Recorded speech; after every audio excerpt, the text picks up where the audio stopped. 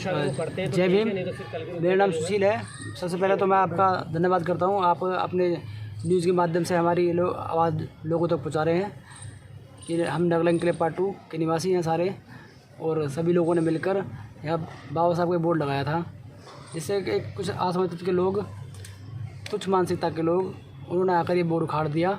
और जब उनसे पूछा गया बोर्ड क्यों उखाड़ा आपने, तो कह रहा है ये बोर्ड यहाँ नहीं लगने देंगे, हम चमारो वाला बोर्ड यहाँ नहीं लगने देंगे, इस तरीके से बोला। तो पुलिस 112 पर कॉल करी, पुलिस वाले उठा के ले गए उन्हें, और समाज के लोगों ने मिलकर दोबारा बोर्ड लगा दिया। तो उनके लड़के आते हैं फिर दोबारा से बोर्ड के साथ मारपीट करते हैं और बाबा साहब के साथ वेद भी करते हैं। कहते साड़ा तुमने फिर दोबारा बोर्ड लगा दिया, चमारो चूड़ो, तुम्हारी इतनी औकात, तुम नहीं मानोगे, तुम नहीं सुधरोगे, इस तरीके से गाली गलौज करते हैं और फिर धमकी देते हैं कि तुमने अगर दोबारा बोर्ड लगा तो मैं जान से मार देंगे। आप लोगों ने थोड़ा उनको मतलब समझाने की कोशिश की कि भाई इससे आपकी मतलब क्या दिक्कत है, आपको मतलब क्या समस्या आ रही है? तो बाबा साहब तो सबके हैं, तो आप इस तरह से क्यों कर रहे हैं? आपने थोड़ा समझाने की कोशिश की उनको? हाँ, वो कह रहे थे कि ये तुमने जो बहुजन बस्ती लिखी हुई है बोर्ड पर, ये बस्ती गलत लिखी है आपने। मैंने उन्हें समझाया बहुजन का मतलब तो बहुत सारे लोग होते हैं, इसमें गलत क्या है इसमें? कह नहीं, बहुजन का मतलब खाली चमार चूड़े होते हैं, हम बहुजन नहीं हैं। और जो उनके लड़के थे उनको तो इतना पढ़ना भी नहीं आ रहा था कि बहुजन है या हरिजन है, तो वो आते ही बोल रहे थे कि हरिजन बस्ती, हरिजन बस्ती। मैंने भाई एक बार बोर्ड पढ़ कर देखो कि बहुजन बस्ती है, हरिजन बस्ती है। जब इस बोर्ड पर सारे महापुरुष लिखे पड़े हैं, सारे महापुरुष हैं इसके अंदर, और आपके सारे ही महापुरुष हैं, तो इसमें बहुजन बस्ती की आपका एतराज़ क्या है? क्योंकि नहीं, ये चमारो वाला बोर्ड है, हम इस बोर्ड को नहीं लगने देंगे यहाँ पर। इस तरीके से हमें बोलने लगे। वो उम्र कितनी होगी उनकी? उम्र उनकी 32-33 साल की होगी, और जो उनके पिताजी हैं वो उनकी उम्र 50-60 साल की उम्र के करीब है। वो अपने आप को इस कॉलोनी के प्रधान बोलते हैं, जबकि कोई प्रधान मानता भी नहीं है। जब प्रधान इस तरीके की मानसिकता करता है तो वो क्या संदेश दे रहा है कॉलोनी में? और आज सुबह जब पता लगा कि इस बोर्ड पर किसी ने स्प्रे मार दिया, बाबा साहब के फेस पर स्प्रे मार दिया है, तो सारे लोग इकट्ठे हुए फिर यहाँ पर जी। और जब से एक हफ्ता हो गया, करीब एक हफ्ते से लगातार धमकी आ रही है कि 15 दिन में तुम्हारा खेल ख़त्म कर देंगे, 15 दिन में ऐसा कर देंगे, बोर्ड उखाड़ा है, ये कर देंगे, वो कर देंगे, लगातार धमकियाँ आ रही हैं। तो आपने इस चीज़ की शिकायत उनके घर वर जाके या उनके समाज के लोगों से बातचीत करके कुछ ऐसा, मतलब आप एक साथ संगठित होकर उनसे बातचीत करने का प्रयास किया कि इनको समझाइए, क्योंकि ये गांव का माहौल ख़राब कर रहे हैं, समाज का माहौल ख़राब कर रहे हैं? तो इस तरह की कोई बातचीत, आपकी वार्तालाप हुई उनसे? कुछ ही लोग हैं जो एकदम ना समझ लोग हैं, और इन्हें पागल समझ लो। कुछ ही लोग हैं जो ऐसी हरकतें कर रहे हैं, उनके समाज के लोग हैं, उन्हें समझा रहे हैं कि ऐसी हरकतें मत करो कि समाज का माहौल ख़राब होगा, लेकिन वो नहीं मान रहे हैं। वो बार बार ऐसी हरकतें करते जा रहे हैं जिससे हमारे मान सम्मान को ठेस पहुंच रही है। ये पहली बार है या फिर इससे भी पहले? इससे पहले भी एट्रोसिटी, SC/ST की एट्रोसिटी होती रहती है, लेकिन वो पंचायती तौर पर राजीनामा हो जाता है उन चीज़ों का। लगातार यहाँ पर कई बार ऐसे मामले चौकी में जाते हैं और समाजी तौर पर राजीनामा हो जाता है। अच्छा। और आप यहाँ पे बैठे हैं, तो आप कितना ये मानते हैं कि आपके इस बैठने का, रोष प्रदर्शन का प्रशासन पे प्रभाव होगा, और जो आप चाह रहे हैं जिस तरह का न्याय बहुजन समाज के लिए वो मिल पाएगा? बृहस्पतिवार को हम सारे लोग इकट्ठे हो गए, ACP अभिमन्यु गोद के पास गए थे। वो वहाँ पर ऑफिस पे नहीं मिले, उनसे कॉल पर बात हुई, उन्होंने कहा था कि 2 दिन का टाइम दे दो हमें। उस दिन से लेकर आज 5वां दिन है, कोई भी गिरफ्तारी इन्होंने नहीं करी, कोई भी ढंग से कार्रवाई नहीं करी। कुछ ना कुछ इसमें प्रशासन की भी लिपाप होती है।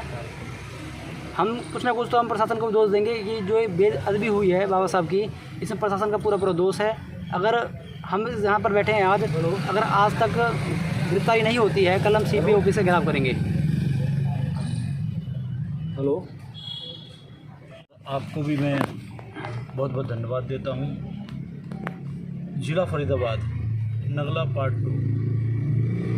और आज बड़े दुख के साथ ये मुझे प्रशासन को और फरीदाबाद की जनता को, हरियाणा की जनता को और हरियाणा के मुख्यमंत्री को और यहाँ के MP और MLA को बताते हुए मुझे बड़ा दुख हो रहा है कि यहाँ पे लगभग 3-4 दिनों से जो जातिवाद का एक स्तंभ शुरू किया जा रहा है, जातिवाद का एक बहुत बड़ा मुद्दा बनाया जा रहा है, क्योंकि आने वाला चुनाव उन्हीं का है, और टारगेट एक SC/ST अनुसूचित जाति और जनजाति को बनाया जा रहा है।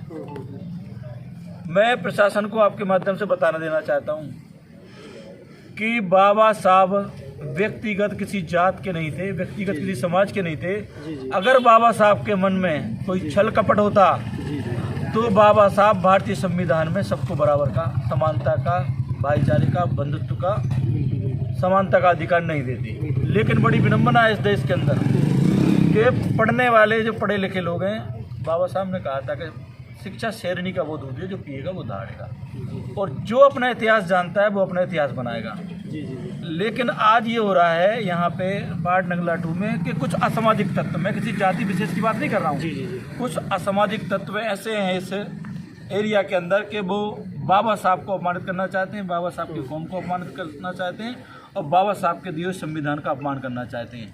क्यों? क्योंकि उनकी व्यक्तिगत अपनी स्वार्थ के लिए वो लड़ाई लड़ रहे हैं, ना कि वो समाज के लिए लड़ रहे हैं, ना कि वो देश के लिए लड़ रहे हैं, ना ही उनने वो देश के लिए लड़े हैं। ये जो आप बोर्ड देख रहे हैं, मैं आपको ये बोर्ड बताना चाहता हूँ। ये बोर्ड देखिए, इसमें सर छोटू राम, जी जी इसमें सरदार भगत सिंह, इसमें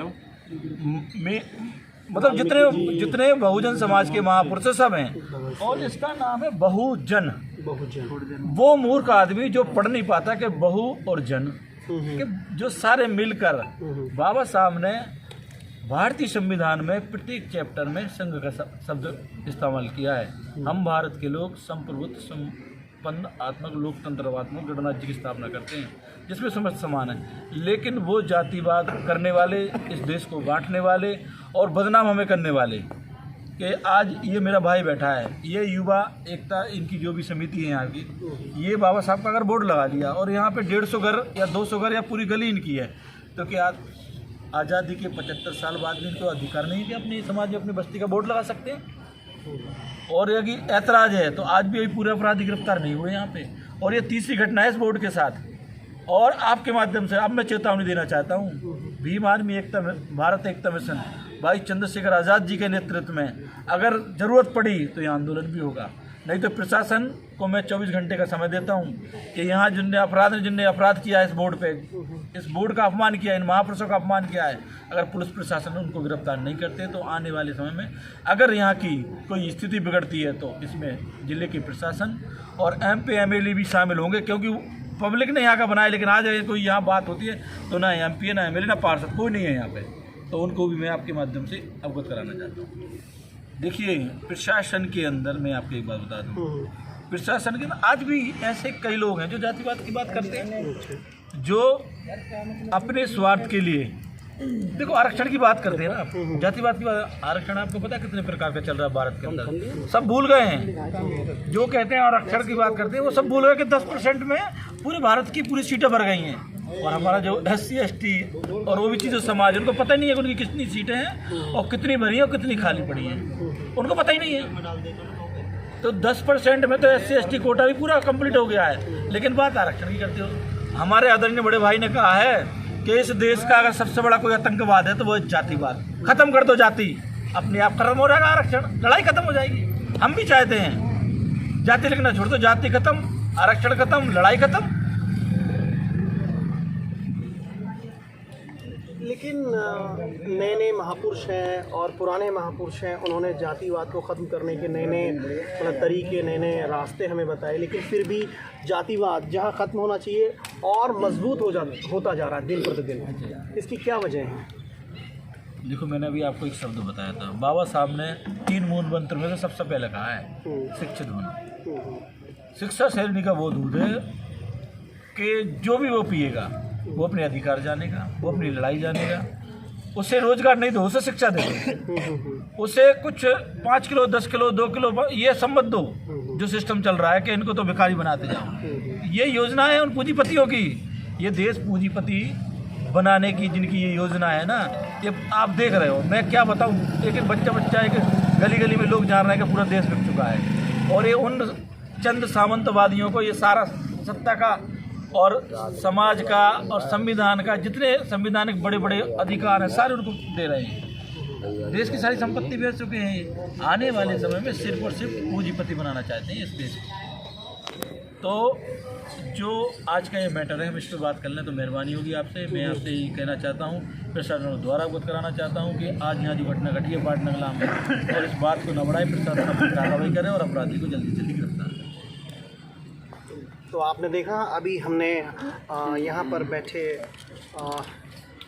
कुछ महानुभावों से वार्तालाप करी और देखा कि किस तरह से जातिवाद का जो जहर है हमारे समाज में इस आधुनिक समय में 2022 के भारत में भी दिन प्रतिदिन बढ़ता जा रहा है।